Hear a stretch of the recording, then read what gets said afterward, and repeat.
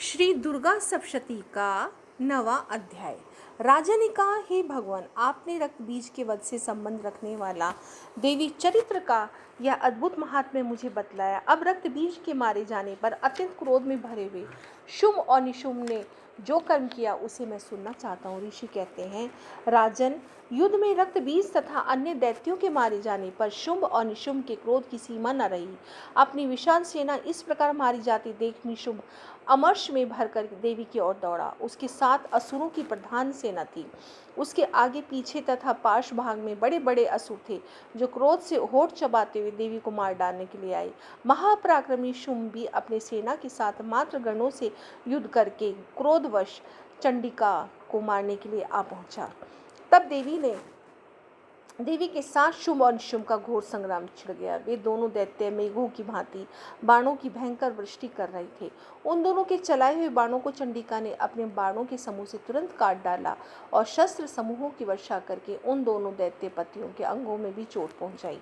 निशुंभ ने तीखी तलवार चमकती धार लेकर देवी के श्रेष्ठ वाहन सिंह के मस्तक पर प्रहार किया। अपने वाहन को चोट पहुंचने पर देवी ने शूरप्र नामक बाण से निशुंभ की श्रेष्ठ तलवार तुरंत ही काट डाली और उसको ढाल को, जिसमें 8 चांद जड़े थे, खंड खंड कर दिया। ढाल और तलवार के कट जाने पर उस असुर ने शक्ति चलाई, किंतु सामने आने पर देवी ने चक्र से उसके 2 टुकड़े कर दिए। अब तो निशुंभ क्रोध से जल उठा और उस दानव ने देवी को मारने के लिए शूल उठाया, किंतु देवी ने समीप आने पर उसे भी मुक्के से मारकर चूर्ण कर दिया। तब उसने गदा घुमाकर चंडी के ऊपर चलाई, परंतु वह भी देवी के त्रिशूल से कटकर भस्म हो गई।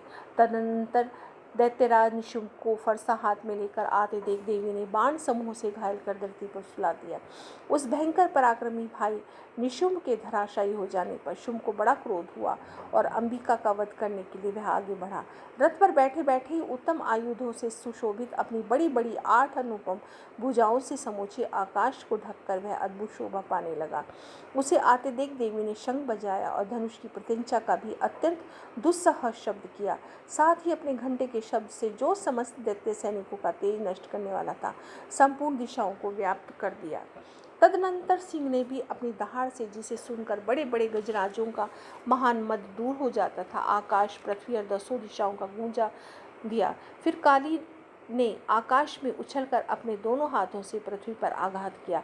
उससे ऐसा भयंकर शब्द हुआ जिससे पहले के सभी शब्द शांत हो गए।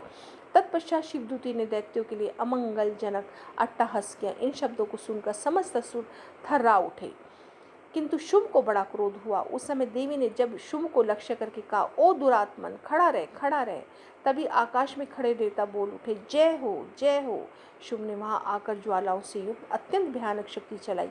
अग्नि में पर्वत के समान आती हुई शक्ति को देवी ने बड़ी भारी लू के से दूर हटा दिया। उस समय शुंभ के सिंहनाद से तीनों लोक गूंज उठे। राजन, उसकी प्रतिध्वनि से वज्रपात के समान भयानक शब्द हुआ, जिसने अन्य सब शब्दों को जीत लिया। शुंभ के चलाए हुए बाणों के देवी ने और देवी के द्वारा चलाए हुए बाणों के शुंभ ने अपने भयंकर बाणों द्वारा सैकड़ों और हजारों टुकड़े कर दिए। तब क्रोध में भरी चंडिका ने शुंभ को शूल से मारा। उसके आघात से मूर्छित हुए पृथ्वी पर गिर पड़ा।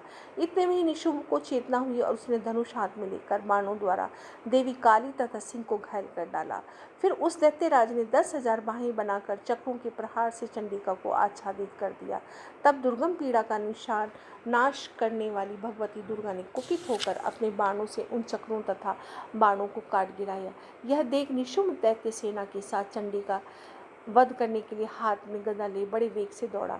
उसके आते ही चंडी ने तीखी धार वाली तलवार से उसकी गदा को शीघ्र ही काट डाला। तब उसने शूल हाथ में ले लिया। देवताओं को पीड़ा देने वाले निशुंभ को शूल हाथ में लेते हुए देख चंडिका ने वेग से चलाए हुए अपने शूल से उसकी छाती छेद डाली।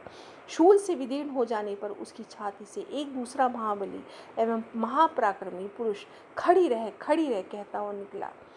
उस निकलते हुए पुरुष की बात सुनकर देवी ठठाकर हंस पड़ी और खड्ग से उन्होंने उसका मस्तक काट डाला। फिर तो वह पृथ्वी पर गिर पड़ा। तदनंतर सिंह अपनी दाढ़ों से असुरों की गर्दन कुचलकर खाने लगा। यह बड़ा भयंकर दृश्य था। उधर काली तथा शिवदूती ने भी अन्य दैत्यों का भक्षण आरंभ किया। कौमारी की शक्ति से विदीर्ण होकर कितने ही महादैत्य नष्ट हो गए। ब्रह्माणी के मंत्रपूत जल से निस्तेज होकर कितने ही